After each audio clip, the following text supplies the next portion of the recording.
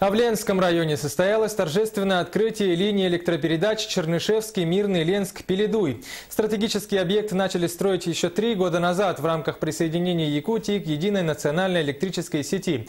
С внедрением этой линии связаны большие надежды района. Из Ленска наш корреспондент Светлана Балеева. Последние 3 года в Ленске полным ходом велось строительство линии электропередач 1020 киловольт Чернышевский, Мирный, Ленск, Пеледуй. Сегодня строительство закончено и можно увидеть результат плодотворной совместной работы энергетиков, заказчиков и подрядчиков.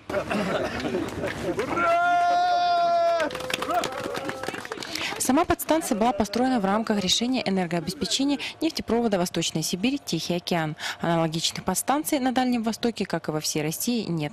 Она сделана по последнему слову техники, последние инновационные решения здесь применены. Ну и как бы то ни было, это объект построен в районах Крайнего Севера, да?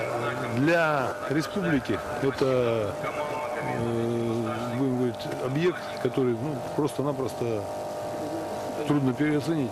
С появлением линии электропередач 220 киловольт изменится многое. Решатся главные проблемы. Это энергообеспечение поселков Витим и Пеледуй, а также села Беченча, где до сих пор, несмотря на век новых технологий, нет электричества неделями.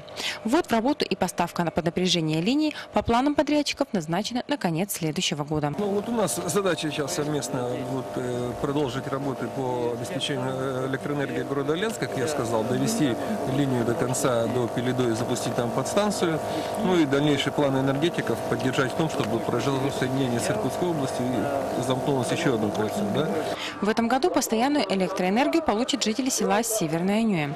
Начато строительство линии электропередач до Чимчи и Артанахара. По словам главы района Сергея Высоких, в ближайшие годы весь Ленский район будет обеспечен надежной электроэнергией. Светлана Балеева, Александр Захария, Денис Семенов, НВК СХ, Ленск.